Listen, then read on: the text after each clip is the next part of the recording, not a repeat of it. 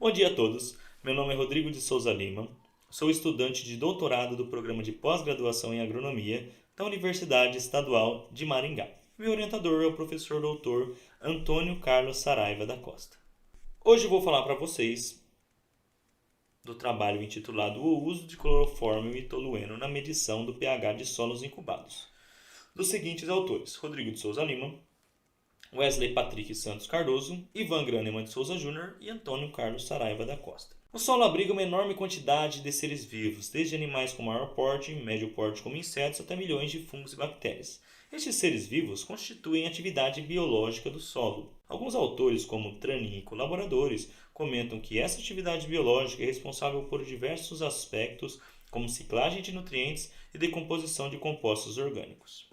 A atividade biológica pode contribuir com a acidificação do pH. Portanto, em alguns estudos, utilizando a medição de pH, alguns autores como Wang e colaboradores comentam que é necessário a adição de microbicidas para inibir a atividade microbiana e, consequentemente, alteração do pH. O objetivo deste trabalho foi avaliar a influência do uso de dois microbicidas na alteração do pH do solo em dois tempos diferentes de equilíbrio.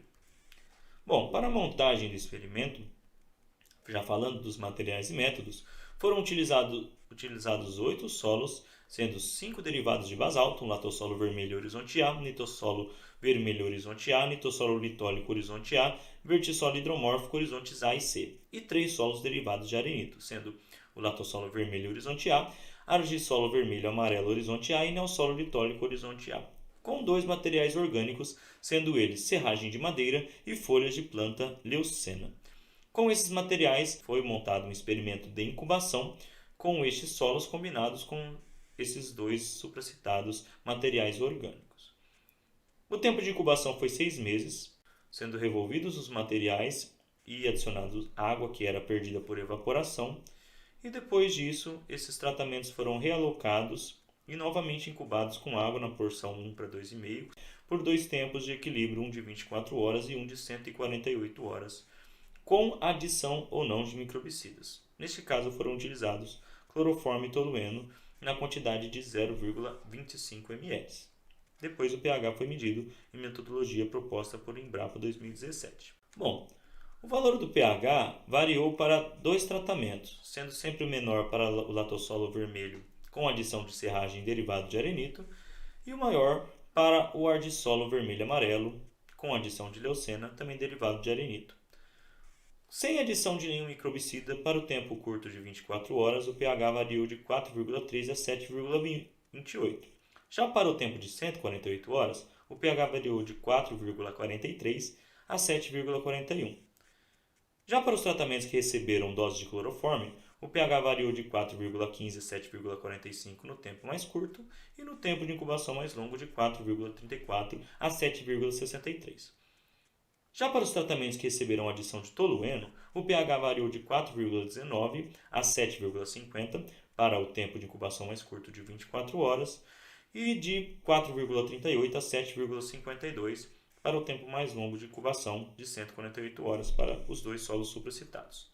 A partir desses resultados foi possível estabelecer regressões lineares entre os materiais que receberam microbicida e os que não receberam, sendo clorofórmio e tolueno os microbicidas, e pôde-se notar que o pH foi alterado muito pouco, uma magnitude muito pequena com a adição de microbicidas, como pode-se ver que a maioria dos pontos se estabeleceu próximo da linha 1 para 1 traçada.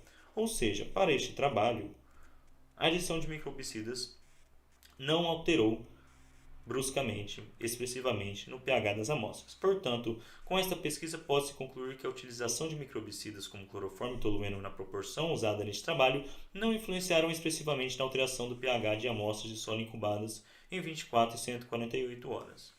Além disso, as amostras que receberam tolueno tiveram um melhor ajuste com R quadrado de 0,95 contra 0,93 das amostras que receberam clorofórmio para o tempo mais longo.